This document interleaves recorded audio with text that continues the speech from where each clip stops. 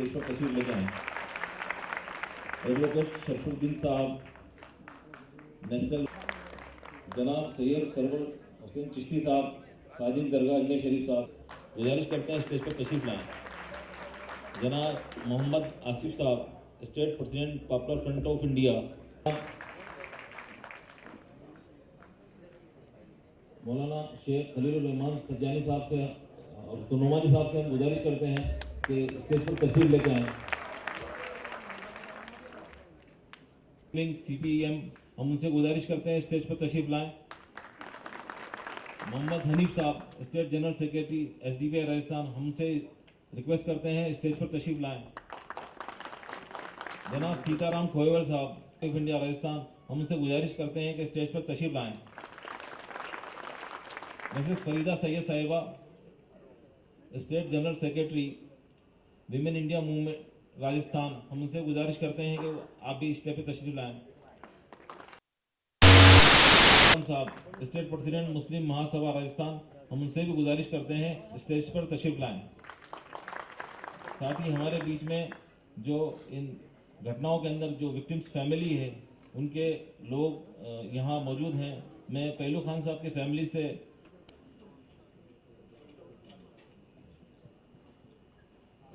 मैं प्रोग्राम को आगे बढ़ाते हुए जनाब मोहम्मद रिजवान साहब, राजस्थान के वो अमन पसंद लोग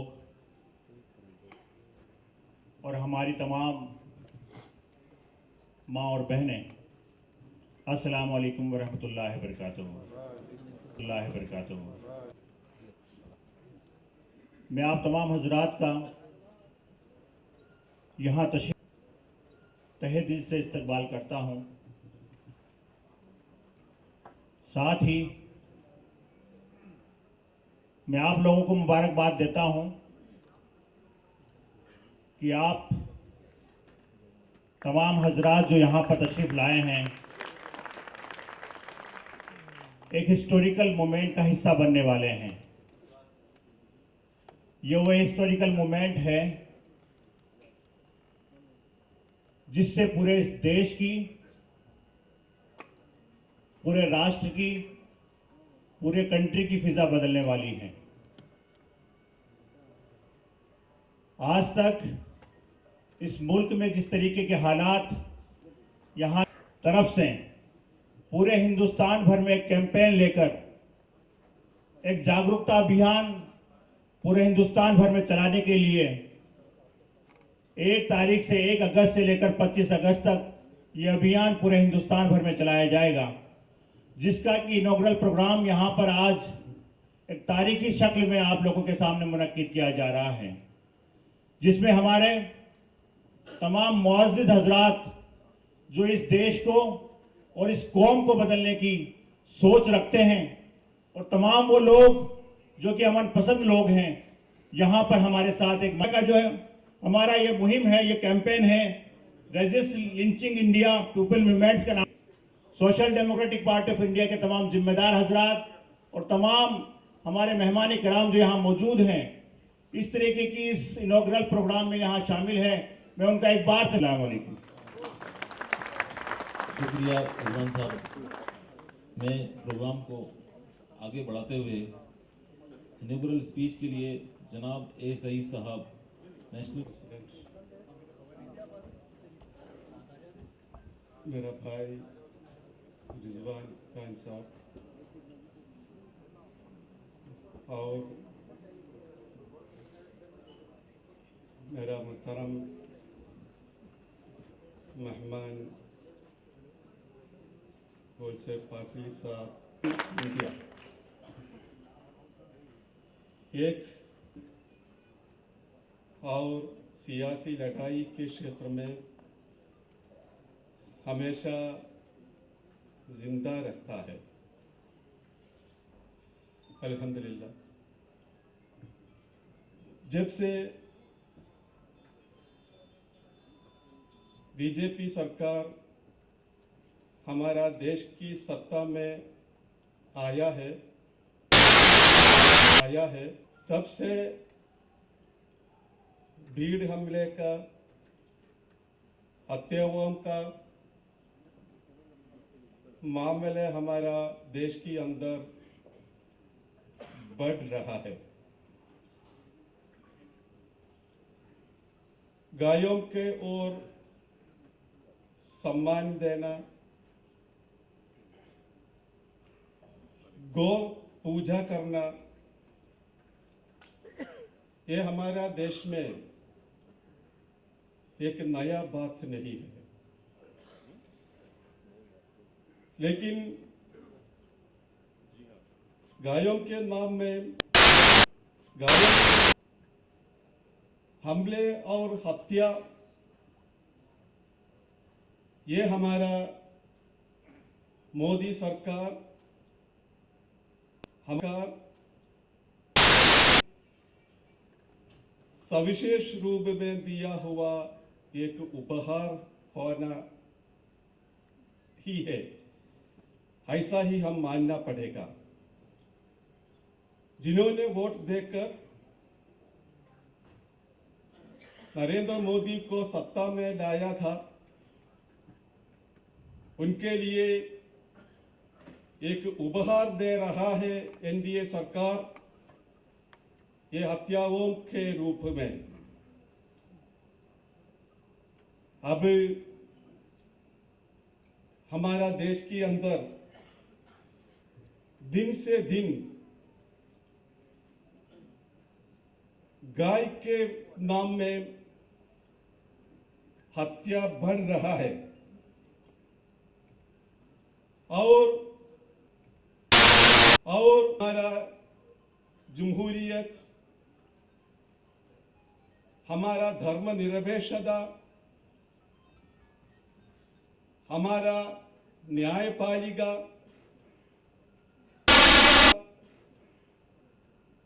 कानूनी राज, ये सब अब साबित किया गया है।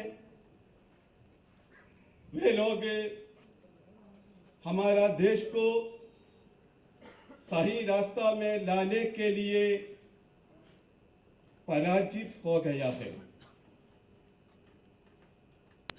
हमारा देश की सारे धर्मनिरपेक्ष पार्टियां, वे लोग जितना विद्रोही थे, इसका सबूत ये देश को दे रहा है। धर्मनिरपेक्ष क्षेत्र में बहुत मशहूर एक कदम था बिहार में बनाया हुआ महागठबंधन। यह गठबंधन के लिए लीडरशिप दिया हुआ नीतीश कुमार ही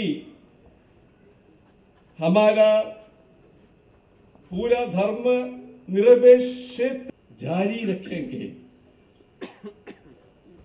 ये सब सुनने के लिए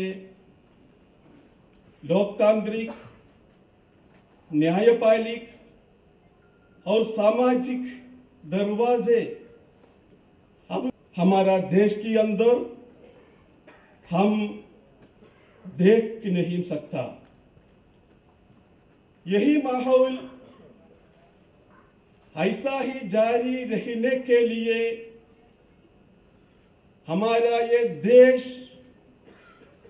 छोड़ने, ये सिचुएशन का शिकार सिर्फ मुसलमान या दलित ही नहीं होगा।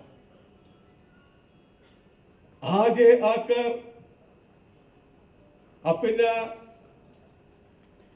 जिंदगी के लिए लड़ाई लड़ने का एक दिन आ जाएगा।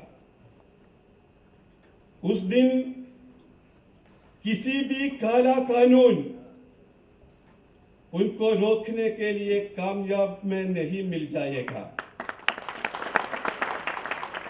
ये हम सब लोग अहम रूप में सोचने का एक विषय होकर हम मानना ही है। जब हमारा ये देश की मूल्य और ये अभियान चलाता है।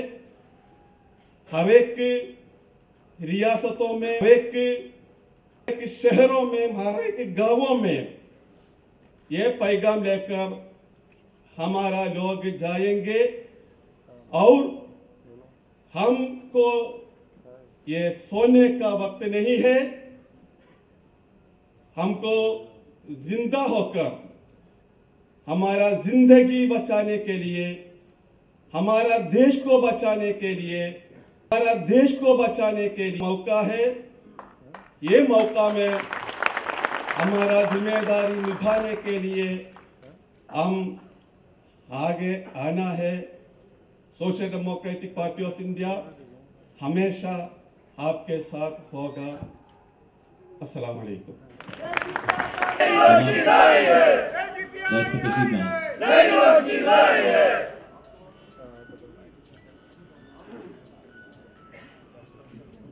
इज्जत माब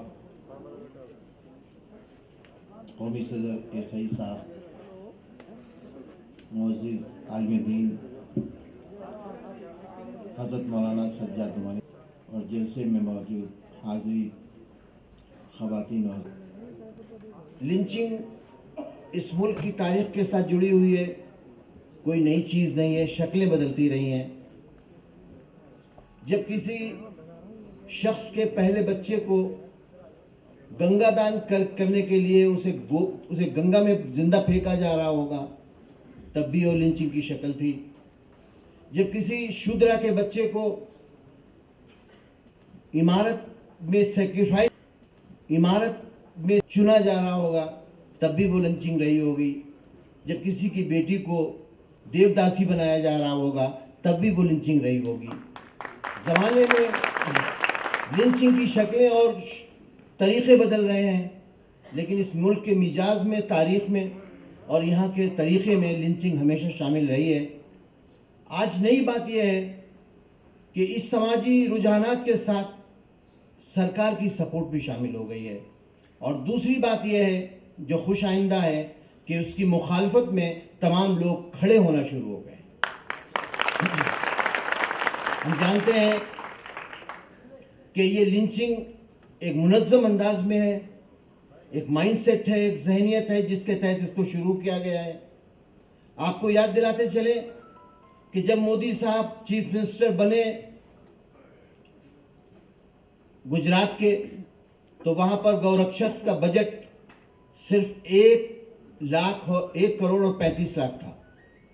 उन्होंने चीफ मिनिस्टर बनते ही उसको 100 करोड़ और 135 करोड़ कर दिया, 100 करोड़ बढ़ा दिया।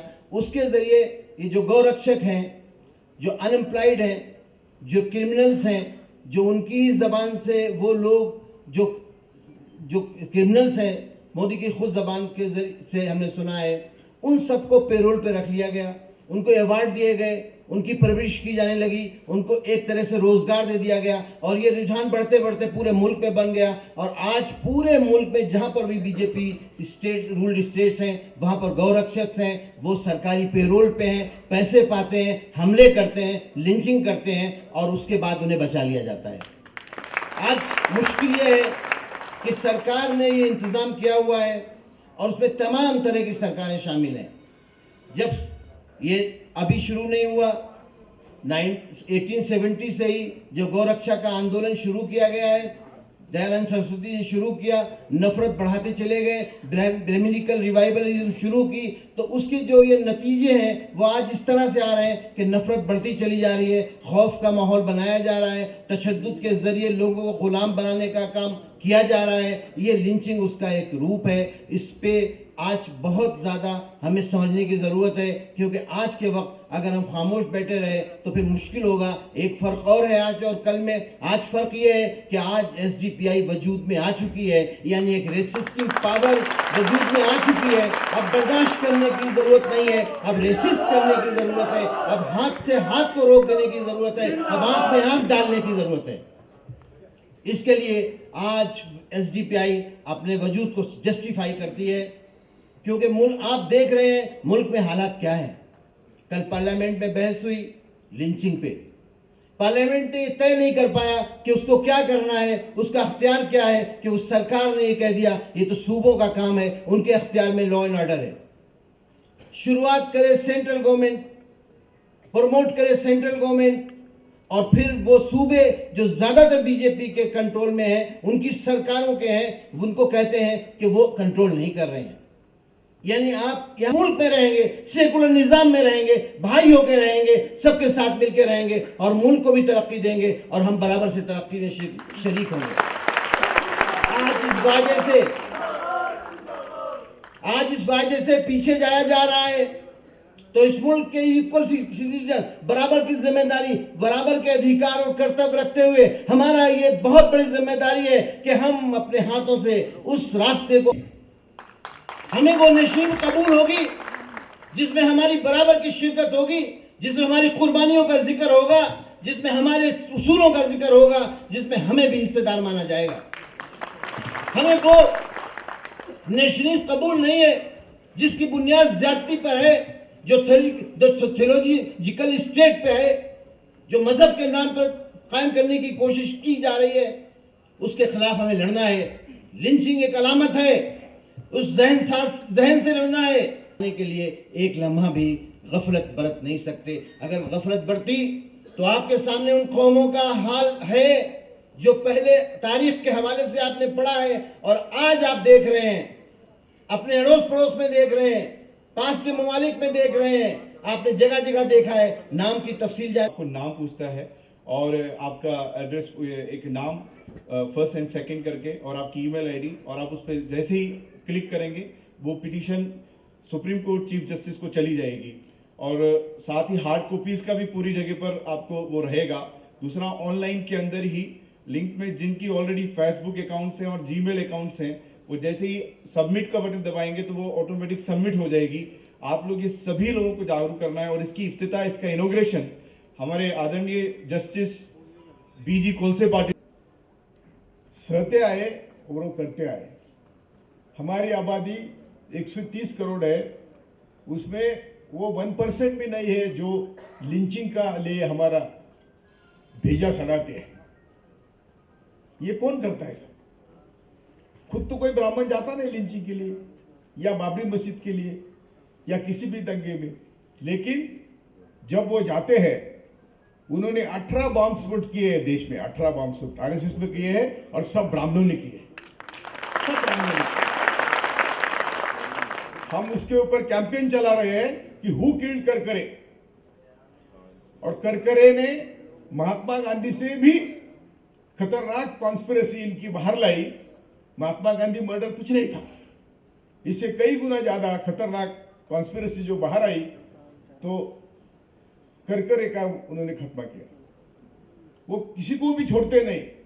लेकिन मैं आपको वादा करता हूं, यदि हम सब से एक साथ खड़े रहेंगे और स्लोगन लेंगे कि ना हम पुलिस को डरेंगे, ना हम जेल को डरेंगे, ना हम मरने से डरेंगे, हमारा काम होगा। लेकिन हम सिर्फ तालियां बजाते, हम करते नहीं। मैं तो हमेशा दावा करता हूं कि जो भी हमारे आज बुरे दिन है, केवल हम लोग जो यहाँ है चंद, उनकी वजह से। बाकी लोगों को 2 समय की रोटी नहीं है। उनके घर जाके हम उनके साथ जुड़ते नहीं, उनके साथ उनको प्यार देते नहीं, और हम ऊपर से ये। मैं तो एसडीपीआई का अभिनंदन करना चाहता हूं कि किसी ने तो भी ये डेयरिंग करना चाहिए। ये उन्होंने किया है, उनके लिए हम सब। लेकिन इससे काम नहीं चलेगा। आज आप किसी भी पार्टी के हो, किसी भी धर्म के हो, अरे मानवता ही एक ही धर्म है, बस दूसरे धर्म की जरूरत है। और मानुष यानी मानव एक ही जात है। ना हमें जात सोचना, ना हमें धर्म सोचना, हमें अपने देश के और अपने अगले पीढ़ियों के लिए क्या करना ये सोचना है। ये तो सारे बदमाश हर रोज झूठ बोलते हैं। मोदी इतना झूठा आदमी दुनिया में नहीं हुआ है। तालियां बजाने से नहीं चलेगा, हमको ये घर घर जाके बोलना पड़ेगा। हम सबको ये घर घर जाके बोलना पड़ेगा कि देखो मोदी का इतिहास, जब से बच्चा था तब से झूठ बोलना शुरू किया। देखो इतिहास। और अभी क्या बोले कल कि वो क्विट इंडिया की मूवमेंट थी, तो हम अभी क्विट कम्युनलिज्म की मूवमेंट चलाएंगे। क्विट कम्युनलिज्म यानी सांप्रदायिकता को देश के बाहर।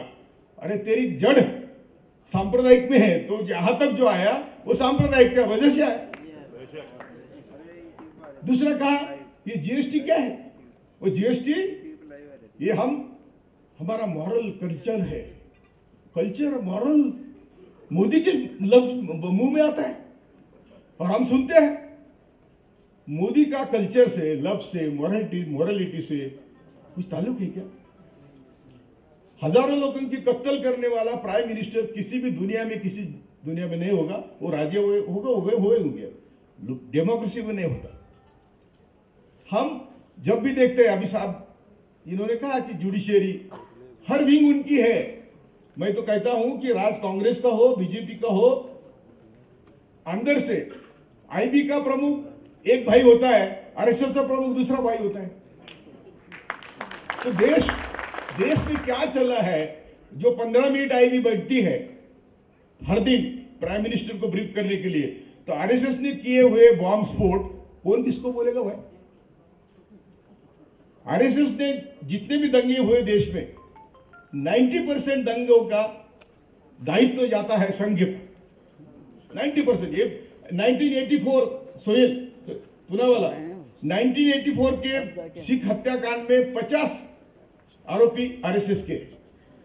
तो किसने शुरू किया? वो जो नीतीश गया, उसके पास भी थोड़ा मॉरल होगा, लेकिन फाइल की वजह से गया। ये जो भी जाते हैं वो सिर्फ फाइल के लिए जाते हैं। हम अभी इनको बोल रहे थे कि भाई कांग्रेस वाले बीजेपी के आगे क्या खड़े रहेंगे, किस मुंह से खड़े रहेंगे? भाई जानते हैं कि कोई कहता है मैं यूरोप रिटर्न हूं, कोई कहता है मैं अमेरिका रिटर्न हूं, मैं कहता हूं मैं जेल रिटर्न हूं। न्यायमूर्ति होने के बावजूद भी मुझे जेल में रखा गया था, और गरीबों के लिए, मुस्लिमों के लिए। वो जो जैतापुर प्रकल्प था उसमें मैं लड़ाई हम चालू है, हमारी लड़ाई जारी है। लेकिन मैं क्या बोलता हूं कि हम सबको किसी हालत में ये जो आज तक का माहौल है, इसको जो काउंटर करना है, तो हमें लोगों को अल्टरनेट प्रोग्राम देना है। भाई तेरे रोटी, कपड़ा, मकान, एजुकेशन, स्वास्थ्य, इसके लिए देश के पास पैसे है, भरपूर पैसे, जिसको बोलते हैं कि टन्स ऑफ मनी है। लेकिन वो कहां जाते हैं? तो वो चंद पूंजीवादियों के घर जाते हैं। मोदी ने 3 साल में 20 लाख करोड़, मैं किसी से भी चर्चा करने को तैयार हूं, मैं पब्लिक मीटिंग लेने को मैं कहता हूं कि 20 लाख करोड़ 3 साल में मोदी ने पूंजीवादियों को दिए। मार्ग अलग अलग है। जो हमारे देश की संपत्ति है अदानी अंबानी को बेच रहे हैं। जो भी हमारे पास, जो हमारे अगले पीढ़ियों के लिए रखना है, वो आज वो सब दे रहा है, और वो पिछले दरवाजे से। इसको उनको डेमोक्रेसी मालूम ही नहीं, सवाल ही नहीं। प्रजातंत्र ये मोदी के दिमाग में है ही नहीं। वो करना चाहता है कि सब आपकी किसानों की जमीन हो, पूंजीपतियों के पास जाए, आपकी संपत्ति हो पूंजी। क्या नोटबंदी का क्या मकसद था? नोटबंदी कैशलेस या क्या पेमेंट वैसा जो है सब बाहर के पूंजीवादियों के लिए किया है। जीएसटी परसों मोदी ने अमेरिका में भाषण किया कि उनके इंडस्ट्रियल को किया कि भाई देखो आपके लिए जीएसटी, हमने जीएसटी किया। और जीएसटी बोले ये मॉरल कल्चर है, ऑनेस्टी है। अरे वो तुम मॉरल कल्चर और ऑनेस्टी की भाषा करते हैं, तो दुनिया में मॉरल के बारे में, ऑनेस्टी के बारे में कोई दूसरा बोल ही नहीं सकता। तो इसलिए हम सब ने तय करना है। 10 मिनट के लिमिट के कारण मैं ज्यादा बोल नहीं सकता, लेकिन हम अभी अभियान चला रहे हैं कि हु किल कर करे, क्योंकि आईबी ने, रॉ ने वो रघुवंशी उसको अपॉइंट किया, यानी जिसने झूठ केसेस बनाकर ब्राह्मण लोगों ने किए हुए बॉम्ब स्फोट के मुस्लिम लोगों को अंदर भेजा, वही फिर करके जाने के बाद किया। और उसके हाथ से फिर वही अब जो चल रहा है कि प्रज्ञा ठाकुर निर्दोष है, वो सो बंजारा।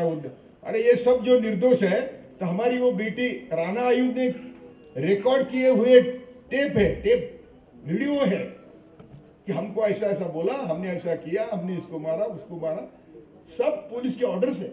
आपको सब जो है न्योछावर करके सामने जाना है और काम करना है। मैं आपके साथ कंधे को कंधा मिला के काम करने को तैयार हूं।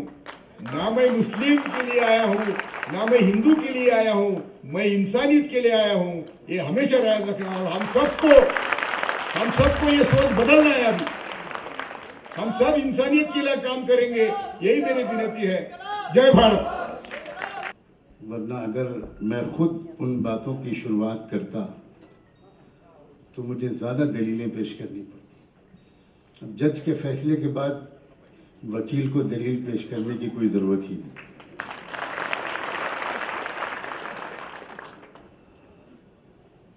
ऐसा नहीं है कि ये मुल्क में नाइंसाफ़ी सन 2014 से शुरू हुई हो। ये तो हमारी खुशकिस्मती है कि पहले नाइंसाफ़ी करते थे कुछ समझदार लोग। अब नाइंसाफ़ी और हिमाकत दोनों साथ जमा हो गए। और हमें शुक्रगुजार होना चाहिए। अगर पिछली नाइंसाफ़ी जो समझदारी के साथ आज़ादी के बाद से ही चली आ रही थी, अगर वही चलती रहती तो हम और आप यहाँ जमा ना होते। मुझे उम्मीद है कि आप इशारों को समझ रहे हो। यहाँ बहुत समझदार और सिलेक्टेड ऑडियंस है। मसला किसी एक पार्टी और एक लीडर का बिल्कुल नहीं है। मसला आइडियोलॉजी का है।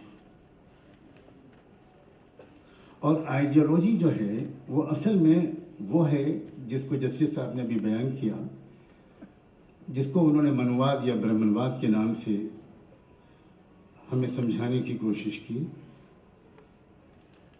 इसमें इसके रहते हुए किसी इंसाफ की उम्मीद करना ये दुनिया की सबसे बड़ी जहालत है।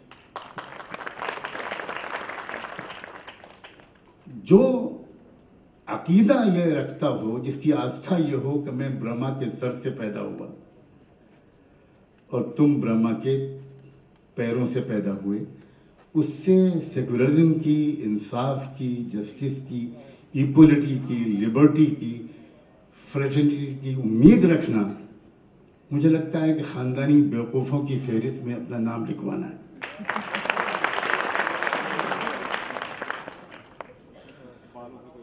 आज़ादी के फौरन बाद बीजेपी तो नहीं थी, मोदी तो नहीं थे, लेकिन हुआ क्या? मैं 2-3 मिसालें पेश करूंगा, वरना हजारों मिसालें। हमारे मुल्क में 7.5 करोड़ आबादी आज लिंगायत की है। लिंगायत जो महाराष्ट्र में और कर्नाटका में और आंध्रा में एक बहुत बड़ा वर्ग है। ब्रिटिश पीरियड तक उनको एक हिंदू कौम से अलग एक मुस्तकिल आइडेंटिटी माना जाता था। और मैंने, चूँकि मैं असल में तो मेरा जो फील्ड है वो एजुकेशन है, कंपैरेटिव स्टडीज़ है, और साइंटिफिक एजुकेशन को, प्रोफेशनलिज्म को स्पिरिचुअल एजुकेशन के साथ जोड़ना मेरी ज़िंदगी का असल मिशन है। तो मैंने मुख्तलिफ जो सेक्ट्स हैं, सब सेक्ट्स हैं, ग्रंथ हैं, उन सबको पढ़ा है। मैंने 4 वेदांत पढ़े हैं और मैंने गीता पढ़ी है, और इसके अलावा मैंने और बहुत सी चीज़ों को पढ़ा। मैंने लिंगायत धर्म के लिटरेचर को भी पढ़ा है। वो तो धर्म बना ही था दरअसल वैदिक धर्म के खिलाफ एक बगावत के तौर पर, लेकिन आज़ादी के मिलने के फौरन बाद हमारी सो कॉल्ड आज़ाद हुकूमत ने लिंगायतों को ज़बरदस्ती हिंदू डिक्लेयर कर दिया, सिर्फ अपनी एक झूठी मेजॉरिटी बनाने के लिए। ये मैं बहुत अहम लफ्ज़ बोल रहा हूँ। ये बहुत बड़ी गलतफहमी है कि इस मुल्क में हिंदू मेजॉरिटी में है। ये बहुत बड़ा झूठ है। हमें बहुत गहरा नॉलेज इख्तियार करना होगा, समझदारी के साथ पूरी ट्रेनिंग लेनी होगी। सिर्फ जज्बाती अंदाज से हमें कुछ 2-4 जुमले जोशीले कह के हम बीमारी का इलाज नहीं कर पाएंगे। हम तो खुद उल्टा दुश्मन के ट्रैप में फंसेंगे अगर हम सिर्फ इमोशनल किस्म की बातें करेंगे। मुझे जगत गुरु जो हैं लिंगायत के, उन्होंने खुद बताया और रिकॉर्ड दिखाया कि 60 मरतबा लिंगायत धर्म गुरु सेंट्रल गवर्नमेंट से, प्राइम मिनिस्टर से, होम मिनिस्टर से मिलने के लिए गए, सेंसस डिपार्टमेंट के डायरेक्टर जनरल से मिले, अपना प्रेजेंटेशन पेश किया और ये साबित करने की कोशिश की कि भाई हम हिंदू नहीं हैं, आपने हमारा नाम हिंदू कैसे लिख दिया। लेकिन आज तक उनकी बात नहीं सुनी गई। अब लेटेस्ट बात यह है कि वो जुडिशियल रेमेडी के लिए सुप्रीम कोर्ट जाने की तैयारी कर रहे हैं। आदिवासियों के साथ जो इस मुल्क के असल बाशिंदे हैं उनके साथ क्या सलूक किया गया शुरू से लेकर आज तक। मैं अपने मुस्लिम भाइयों और बहनों से ये कहना चाहता हूं कि असल एजेंडे को समझें।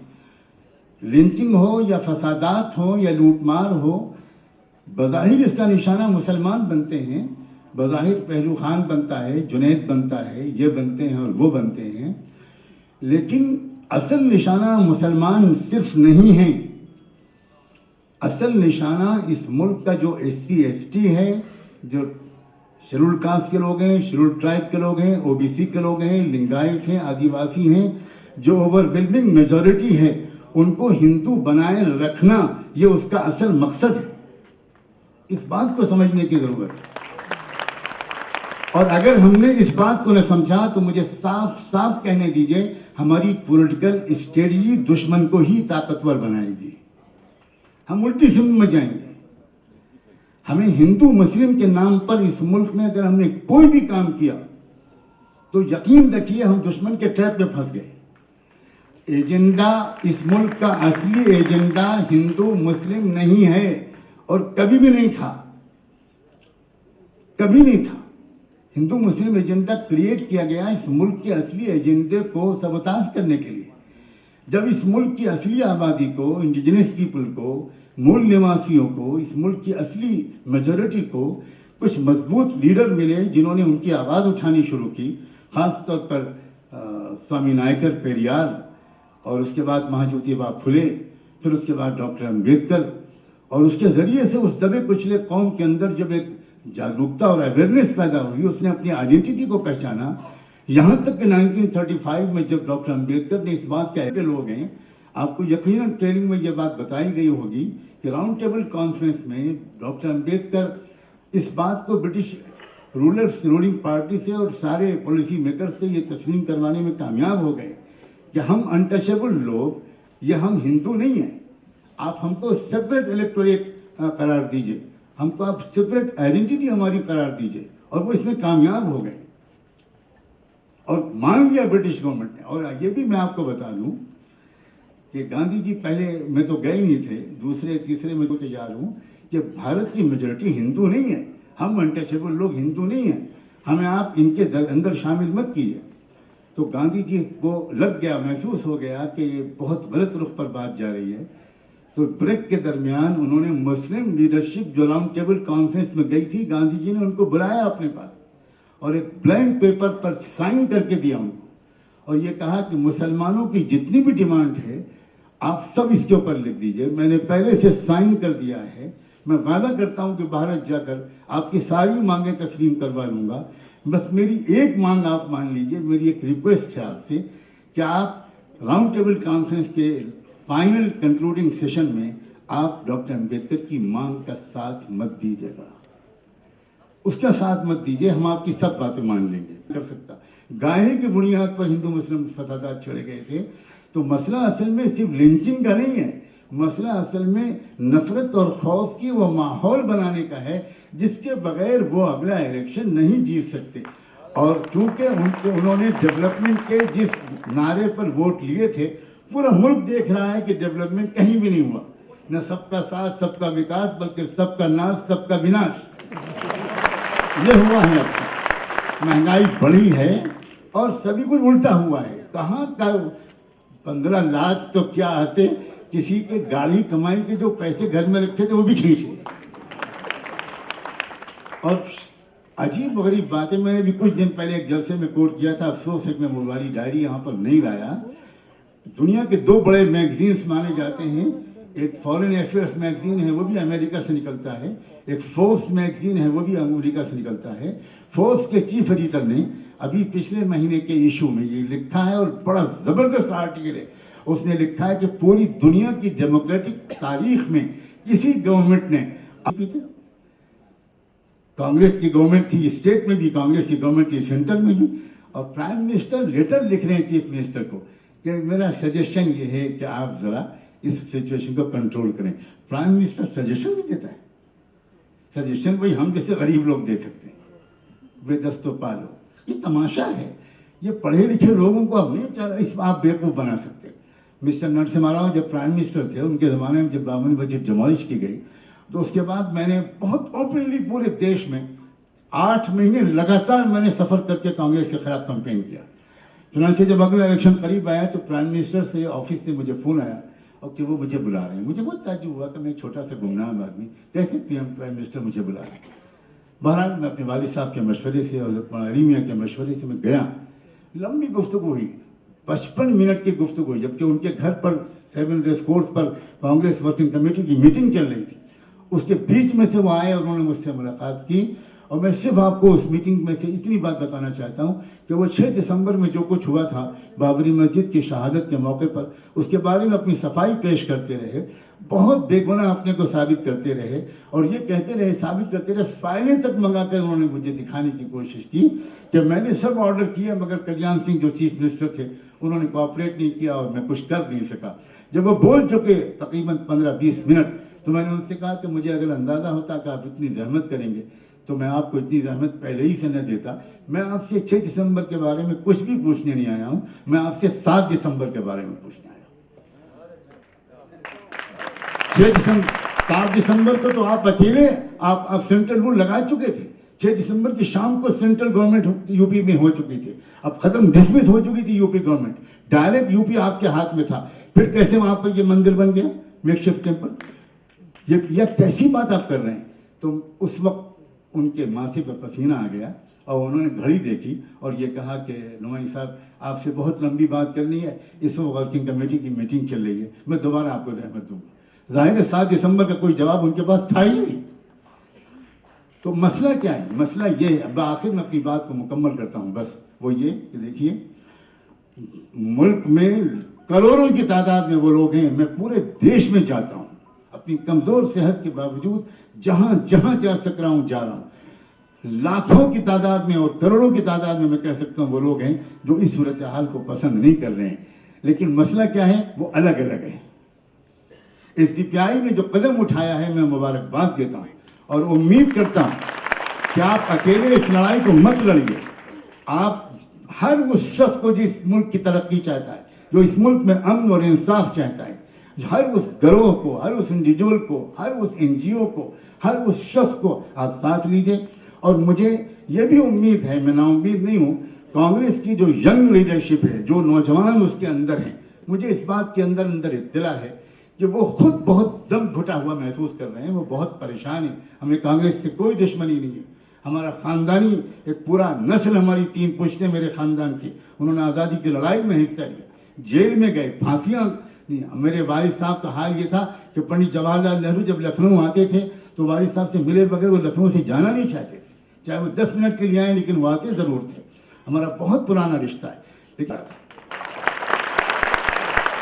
ये हमारा मुल्क मामूली मुल्क नहीं है, इसकी एक रूहानी तारीख है।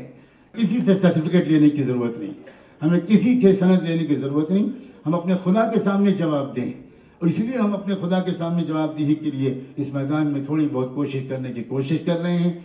मुझे उम्मीद है कि आप अपने असल दुश्मन को समझेंगे। आपका असल दुश्मन एक पर्टिकुलर पार्टी नहीं है, आपका असल दुश्मन एक पर्टिकुलर लीडर नहीं है, बिल्कुल नहीं है। आपका असल लीडर एक दरअसल एक व्यवस्था है, और एक समाजी सिस्टम है।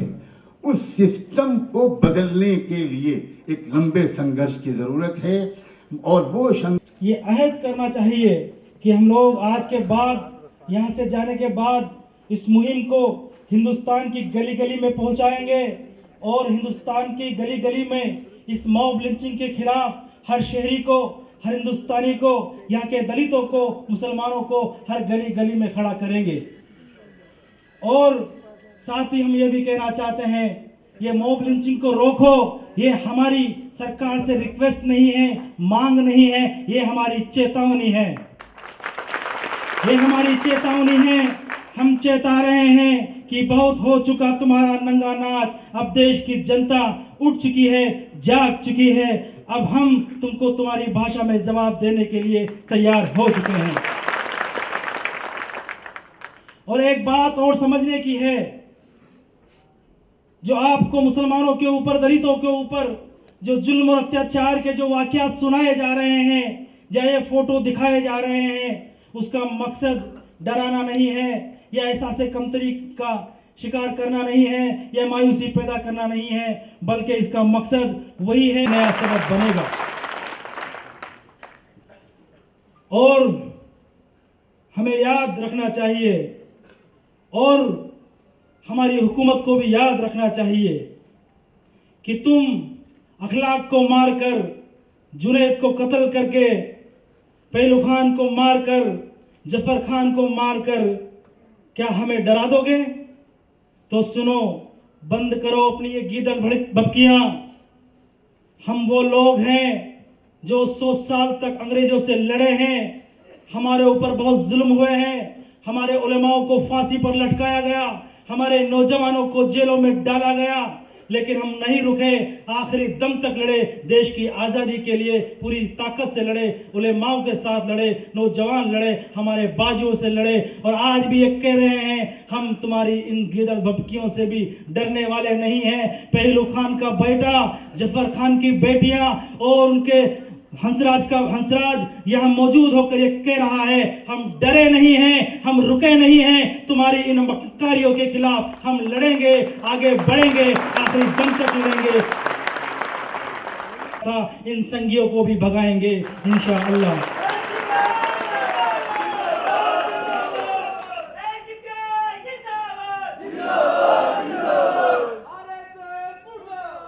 और आखिर में ये बात कहना चाहता हूं मैं राजस्थान की हुकूमत से कि हम लोग पिछले कुछ दिनों से देख रहे हैं, हमारे देश की, राजस्थान की गलियों में चर्चा है कि आजकल राजस्थान में कोई सरकार भी है या कोई मुख्यमंत्री भी है या नहीं है, पता नहीं सरकार कहां से चल रही है। कुछ लोग कहते हैं आजकल हमारी राजस्थान की सरकार भी दिल्ली की तरह नागपुर के हेडक्वार्टर से चल रही है। गली गली में जुल्म की दास्तान बनाई जा रही है। हमारे देश, पूरे राजस्थान के अंदर, पूरे देश को एक रंग में रंगने की कोशिश की जा रही है। आप देखिए राजस्थान के अंदर पिछले कुछ दिनों में क्या हुआ, राजस्थान के इतिहास को बदला जा रहा है। आप देखिए, हमारे महाराणा प्रताप जीता था। हम कह रहे हैं थोड़ी तो समझदारी रखिए, थोड़ी तो पढ़ी लिखो जैसी बात कीजिए। इतिहास को बदल रहे हैं, हम के चेता रहे हैं, अगर आप भूतकाल को बदलने की कोशिश करोगे, ये देश की जनता तुम्हारे मुस्तकबिल को बदल देगी, तुम्हारे फ्यूचर को बदल देगी। और हमारे राज्य में देखिए हर चीज का भगवाकरण, यहाँ पर जो सरकार ने हेलमेट बांटे वो भगवा कलर के, साइकिल बांटी वो भगवा कलर की, भामाशाह का कार्ड बांटा वो भगवा कलर का, हर चीज में भगवाकरण। तो आप क्या इस देश को, जो रंग बिरंगे फूलों का बाग है, इसको एक रंग में रंगना चाहते हो? तो सुनो, हमारा देश हमेशा रंग बिरंगे फूलों का बाग रहा है। हमारे देश में तिरंगा हमेशा लहराया है और लहराएगा। तुम्हारा भगवा एक दिन नीचे गिर जाएगा। और आखिरी, जैसे राम जी को वानर सेना का भी इस्तेमाल करना पड़ा, तो मुझे अगर किसी का भी इस्तेमाल मंच करना पड़े तो मैं तैयार,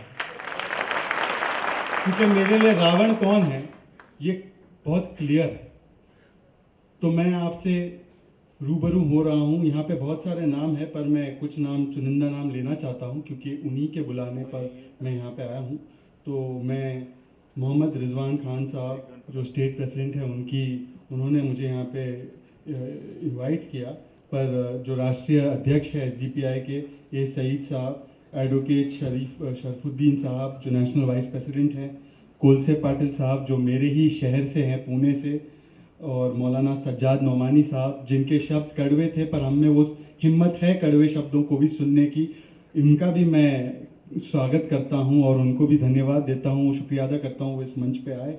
और मेरे बाद भी कुछ लोग जो बोलेंगे, मैं सभी मंच पे बैठे लोगों का, पर खास करके मैं जो हमारे पीड़ित परिवार के कुछ लोग आए हैं, जिनमें पहलू खान के बेटे हैं और ज़फ़र साहब की बेटी हैं और एक दलित परिवार है चित्तौड़ से, तो मैं सबसे पहले आप लोगों को सलाम और नमस्कार करता हूं और मैं आपको धन्यवाद और शुक्रिया अदा देता हूं।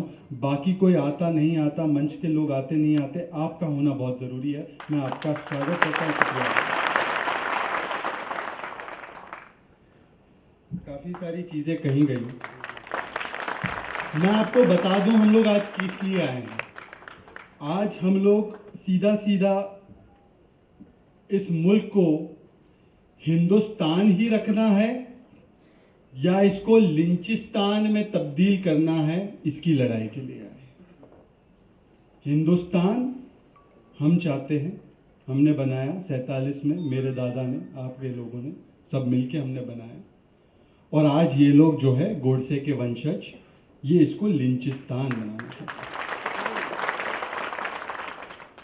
हम चाहते हैं लोकतंत्र, जिसमें ये हिम्मत होनी चाहिए कि अगर नोमानी साहब मेरी पार्टी की निंदा भी करे, मेरे पार्टी के खिलाफ भी बोले, तो मैं सुनूं, उनका जवाब दे सकूं तो जवाब दूं, और जहां वो सही है मैं ये मानूं कि आप सही हैं, इस बातों में आप सही। ये लोकतंत्र की लड़ाई हम लोग लड़ रहे हैं बनाम भीड़ तंत्र।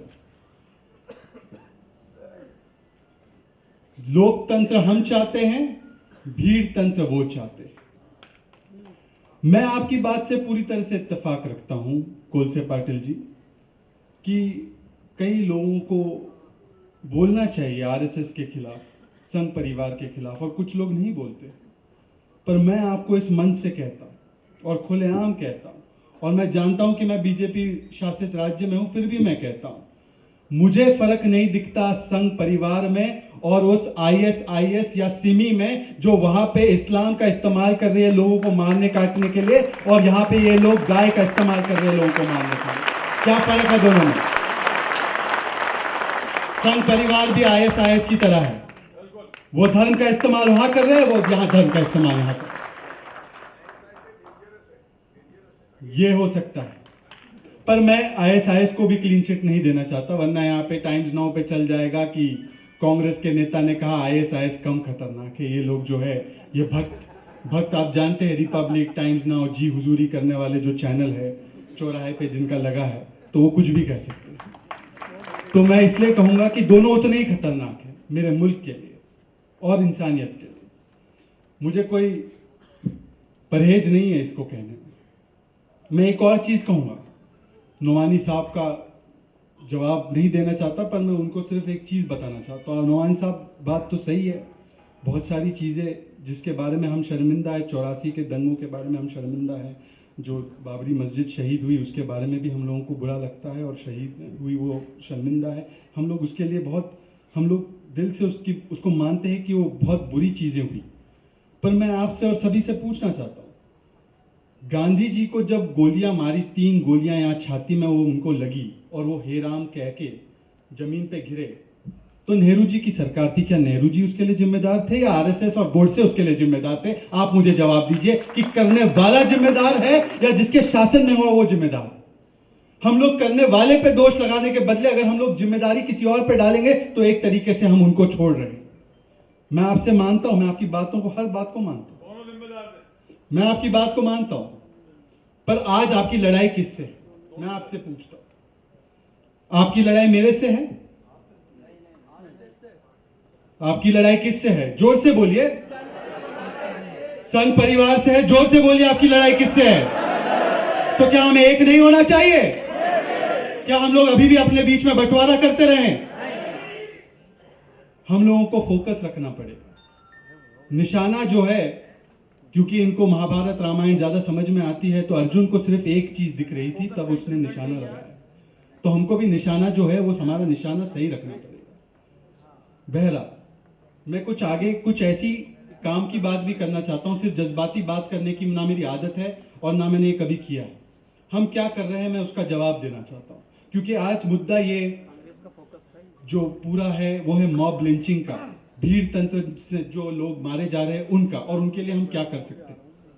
पहले कुछ लोगों ने जो कहा ये बिल्कुल सही है कि बहुत ज्यादा लोग, ज्यादातर लोग जो इस भीड़ हिंसा का शिकार हुए, और आज भी एक घटना झारखंड में हुई है, एक वीडियो मेरे पास आया है जिसमें कि तथाकथित कोई लड़की को छेड़ने के मामले में एक मुसलमान युवक को पीटा गया है। ये मेरे पास वीडियो आया। मैंने इसके ऊपर पूरी शोध रिसर्च की, क्योंकि हम सुप्रीम कोर्ट भी गए थे, हम कानून की पेशकश भी कर रहे थे।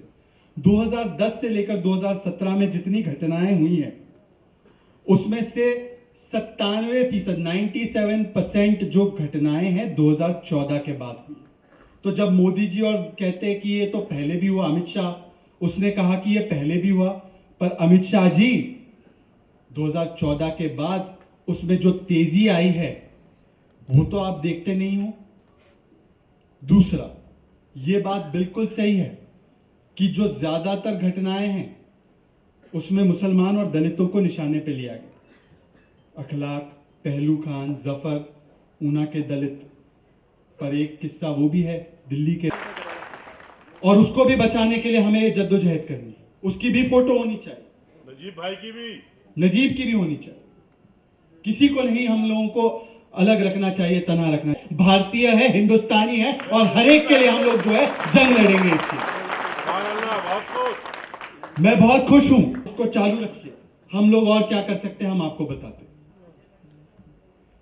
आपने सुना है मोदी जी ने कहा था ऊना की घटना के बाद कि गौरक्षा वाले गोरख धंधा कर रहे हैं, तो हमने बोला वाह, लोग हैं गोरक्षा वाले तो इन पे पाबंदी लगनी चाहिए या नहीं लगनी चाहिए? लगनी चाहिए ना। गुंडों पे, माफियाओं पे, आतंकियों पे तो सबने सुना, तो आप बोलो साथ। नफरतों का असर देखो कि जानवरों का भी बंटवारा हो गया। गाय हिंदुओं की हो गई, मुसलमान बकरा हो गया। अब ये देख के पेड़, पत्ते और शाखाएं भी हैरान हो जाए, ये देख के पेड़, पत्ते और शाखाएं भी हैरान हो जाए अगर परिंदे भी हिंदू और मुसलमान हो जाए।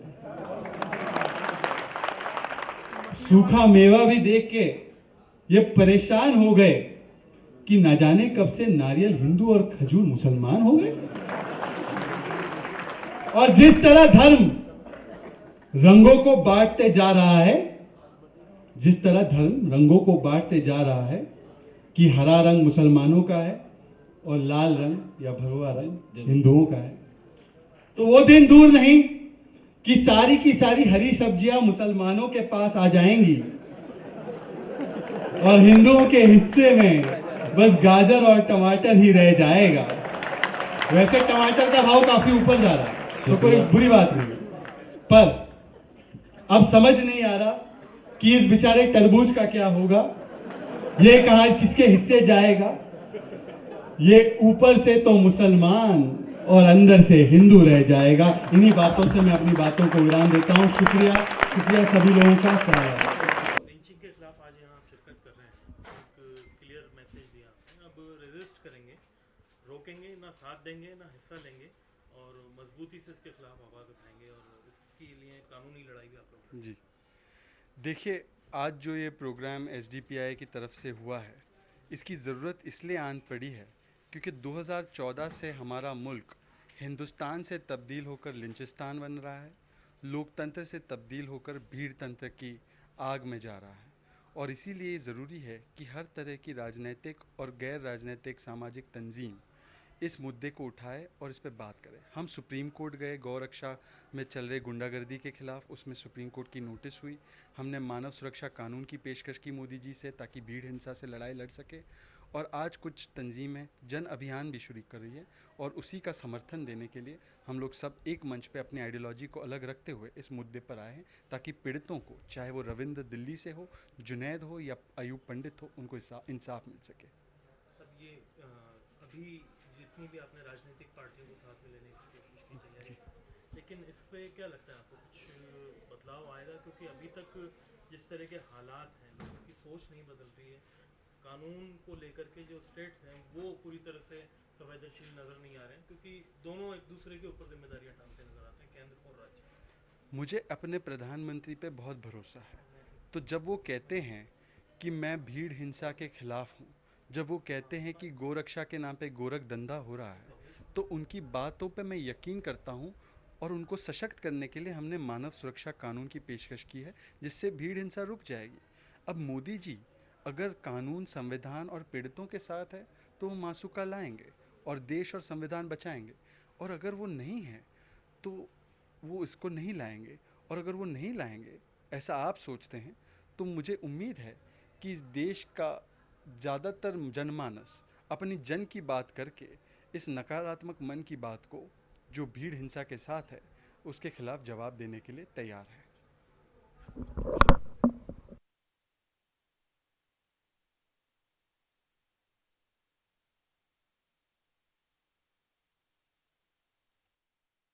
कोई चौकीदार भी हमारे घर पे पूछने को नहीं गया है कि क्या हुआ है, कैसे हुआ है, क्या नहीं हुआ। और जो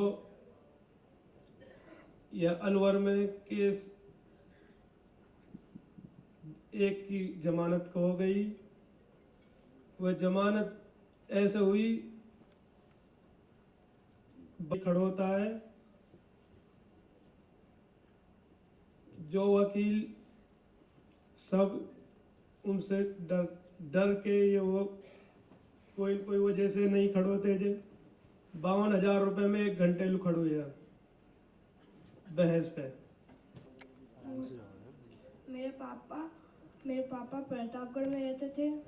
वो लेडीज़ों के लिए सोशल वर्क करते थे, इसीलिए वहाँ गए थे और उन लोगों ने मेरे पापा को मार डाला। लेडीज़ के लिए गए थे और उन्हीं के लिए गए थे ना, तो इस गवर्नमेंट के लोगों ने उन्हें मार डाला, क्योंकि वो औरतों की हिफाजत करने के लिए गए थे। वो उनकी फ़ोटोज़ में वीडियोग्राफी ये सब कर रहे थे, इसलिए वो मेरे पापा उन्हें समझाने के लिए गए थे कि औरतों को इस गंदी फ़ोटो ने वीडियोग्राफी ऐसे मत करो। तो उन्होंने हाथापाई शुरू कर दी और वहीं पर मेरे पापा की जान ले ली। 1 दिन में ही छोड़ दिया और अभी कोई भी सुनवाई नहीं कर रहा है हमारी, और मैं अकेली हूँ। हमारे घर में कोई भी नहीं है। हमारे सहारा से थे वो मेरे अब्बा, उन्हें हमसे छीन लिया गया। गांव का रहने वाला हूँ और खेती बाड़ी काम करता हूँ। 1 बीघा जमीन है, उसमें गुजारा बसा होता है। जब मैं सुबह सो रहा, मैं तो जिंग में जाता हूँ, 12 घंटा काम करता हूँ, वापस नाइट को आता हूँ, 10 बज जाती है। और गांव में 3 तारीख को चोरी हो गई थी। हमें तो पता ही नहीं था चोरी किसके हुई, क्या नहीं, हमारे क्या लेन देन। हम तो जिंग में जा रहे थे, तो किसी तांत्रिक के पास कुछ 10-15 जाट लोग गए कि मथुरा गए थे। तो उन्होंने पूछा, भाई तुम्हारे गांव में चोरी हो गई है? मैं बता सकता हूँ। 10,000 रुपये फीस के लिए और आने जाने का खर्चा करीबन उनका 30,000 रुपये हो गया। और 3 तारीख घटना थी, 27 तारीख की घटना थी जाटों की। 27 तारीख को चोरी हुई और 3 तारीख को हमारे पास आए कि हमारे सुबह सो रहे थे 7 बजे। वैसे भी करीबन 200-300 आदमी इकट्ठे हो गए, किसको फोन बुला के। फिर बाद में 7:30 बजे मैंने कहा भाई मैं जा रहा हूँ डैम पे जिंग में। तो भाई ये क्या माजरा मेरे को बताओ। कि ये माजरा है भाई, तुमने उस तांत्रिक के पास गए, 12,000 फिर ले, उन्होंने तुम्हारे तीनों का नाम बताया, नंदलाल, हंसराज और राजमल का। मैंने कहा भाई क्या हुआ कि मेरे चोरी हो गई, तुम लोगों ने किए हो तो मेरे को दे दो, नहीं तो यहाँ जूते पड़ेंगे। मैंने कहा भाई उस तांत्रिक के पास चलो, मैं खर्चा लगता हूँ, मैं देता हूँ। तो नहीं और कुछ नहीं होगा भाई। मान लो मैंने चोरी की है तो चोरी की है, मेरे पिताजी का नाम बता रहा है, मकान का नाम बता रहा है। और आपके संगठन में जैसे बात, हम कई दिन से आपके संगठन के साथ रहेंगे। हम दलित हैं, लेकिन दलित और मुसलमान हम साथ रहेंगे सर। ठीक है बाबा, आ जाए। शुक्रिया सर। आरिफ भाई जिनका नाम ले रहे हैं SDPI। मैं उस बारगाह से ताल्लुक़ रखता हूँ जहाँ से इस्लाम बरसगीर में फैला है, और ये मेरा दीनी फरीज़ा होता है कि मैं सब में पहले अपने लोगों से, मजहबी लोगों से ये कहूँ कि मसलक ही अपने अपने मसलक पे रहें, लेकिन जब मिल्लत की बात आए तो उसे बालाए ताक़त। जुनैद को मारा, सैयद खान को मारा, दिगर और जिन हजरात को मारा, क्या किसी ने उनसे मसलक पूछा था? नहीं पूछा था ना। भाई इनके दिलों में आग। आरएसएस की क्या बुराई करना? आरएसएस कोई, मैं यूनिवर्सिटी में जब पढ़ा करता था गवर्नमेंट कॉलेज में, एक बार आरएसएस वाले शहर बंद कराने आए ट्रक में भर के। मैं था, मेरा कज़न था नाज़मुद्दीन चिश्ती, हम दोनों ने मिलकर पूरे ट्रक वालों की पिटाई की थी। 35 साल पुरानी बात। ये तुम्हें मारेंगे और तुम पिटते जाओगे, फिर मारेंगे पिटते जाओगे। एस्टेब्लिशमेंट से उम्मीद करते हो, मत करो। इसराइल से 3 दिन आने, इसराइल 3 दिन रहने के बाद खूब दिल की बातें हुई है, खूब दिल के छाड़े फोड़े कि मुसलमानों की और तबीयत कैसे हरी करनी है। ये सीख के आया नरेंद्र मोदी वहां से। मैं भी बैठा हुआ था, कुछ देख रहा था। कांग्रेस समय बड़ी तो हमारे लिए जुल्म कांग्रेस ने ढाए। भाई कांग्रेस को हम वोट जब देते हैं कि कोई थर्ड फ्रंट नहीं होता है, कांग्रेस और बीजेपी होते हैं तो बाहालत मजबूरी देते हैं। Riots after riots MJ Akbar ने लिखा है, जो आज खुद यहाँ बीजेपी में घुस गए हैं और आरएसएस बीएचपी को जिम्मेदार बताया। तमाम इसी तरह से झगड़े हुए और कांग्रेस के जमाने में हुए। ठीक है। दूसरी चीज, मैं दलित भाइयों से भी एक सवाल करना चाहता हूं। ये जब मायावती का इन्होंने साथ दे दिया तो हमारा साथ क्या? उनको जब उसका साथ नहीं दिया तो हमारा साथ क्या देंगे? ये अपना ही साथ अपने लीडर का नहीं दे रहे हैं तो हमारा साथ क्या देंगे? ये भी हमारी तरह, हमारी मुसलमानों की तरह ये भी इस तरह से हो गए कि अकलियत में जो लोग हैं, जो अपर कास्ट हिंदूज हैं, वो दलित और मुसलमान जो मेजॉरिटी में उन पर हुकूमत कर रहे हैं, क्योंकि हम लोग लुंजू पुंजू हैं। सेक्युलरिज्म की बात करते हो, पासवान, नीतीश कुमार बीजेपी में चले गए, मायावती ने कोलिशन गवर्नमेंट बीजेपी के साथ बनाई। तो ये जो सेकुलर फोर्सेस पे आप भरोसा कब तक करते रहोगे भाई? हमारा कोई नहीं है, मुसलमान हो दुनिया में तुम्हारा कोई नहीं है, क्योंकि तुम खुद अपने नहीं हो।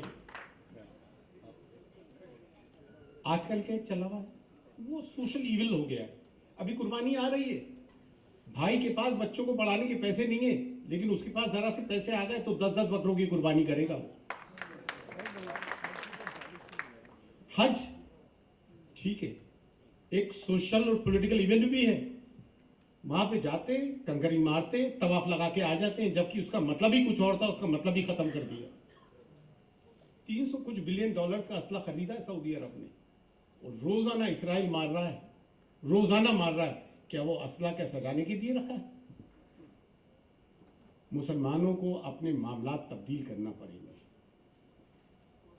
फिर कोई तकरीरें होंगी, कोई टीवी पर आरएसएस को खुल के गालियां बकेगा, आप खुश हो जाओगे, वोट मांगने आ जाएगा, आप उसे वोट दे दोगे। हमें अपने मामलात दुरुस्त करना पड़ेंगे, हमें अपने मामलात दुरुस्त करना पड़ेंगे।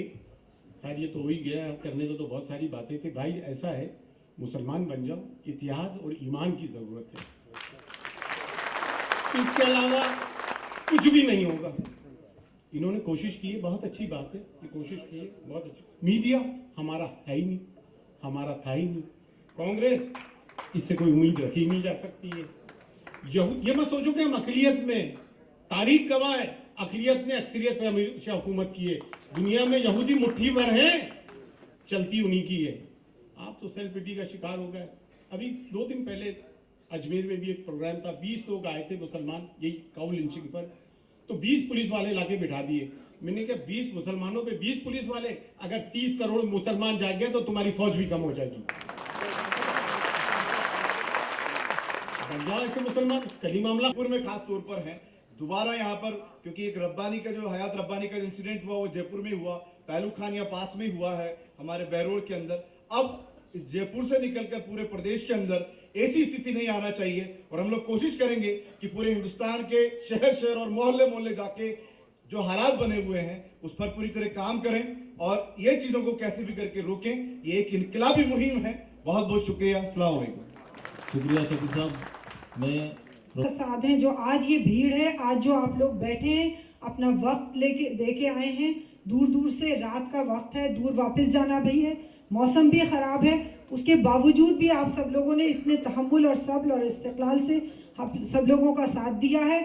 उससे ये साबित होता है कि इस ख़राब माहौल में, इतनी बुरी मुहिम में आप लोग सब साथ हैं। हाँ, उन लोगों पे ज़रूर हैरत होती है, दो बात ज़रूर अपनी कह के जाऊँगी कि जब ये एक गाय को मुद्दा बनाया हुआ है, वो गाय मुद्दा नहीं है, बहुत सारे मुद्दा हैं। जैसे शहजाद पूना वाले ने कहा था कि लव जिहाद भी है, उस पर भी बुलावा दे दिया जाता है, और बहुत सारे ऐसे चीज़ें हैं जिनको कभी फौज को उधर से कह दिया जाता है कि फौज का संकट है, कभी विद्यार्थियों का, कभी कन्हैया पे। तो एक ही मैटर नहीं है यहाँ पे, आप इस गलतफहमी मत रहिए कि गाय का मैटर है। जब भी आप कोई सवाल उठाएंगे, एक नया मैटर ज़रूर आएगा कि वो आपको मार दिया जाएगा। लेकिन एक ही बात आखिर में कहना चाहूँगी, अपने पड़ोसी को मरता हुआ मत देख लीजिए, ये सोच लीजिए कि वो पड़ोसी जो आज टारगेट है वो कल आप भी होंगे। उसकी वीडियो मत बनाइए। जो हमारे पास वायरल होकर वीडियो आती है कि एक आदमी को 50 आदमी मार रहे हैं और 5 लोग जो बचा सकते हैं वो उस वीडियो को बना के मजा ले रहे हैं। सबसे बड़ी जो मेरी शिकायत है दिल की, वो उन लोगों के लिए जो वीडियो बनाते हैं। मेरे पास बार बार पर्ची आ गई है, दोबारा पर्ची लाने की मैं आदी नहीं हूँ। इस हॉल के लोगों का, इस हॉल वालों का, जो भी मुंतजिम है उन लोगों का, जो पुलिस वाले भी हमें 50 इतनी सी एक रोज का या कम हालांकि तादाद में है क्योंकि बुलाया कम गया था, रात का वक्त था, लेकिन बहुत ज़्यादा थैंकफुल हूँ उन लोगों की जो ख्वातीन यहाँ आई हैं, क्योंकि सबसे मजबूत मेरी जो टीम है वो औरतों की है। Thank you.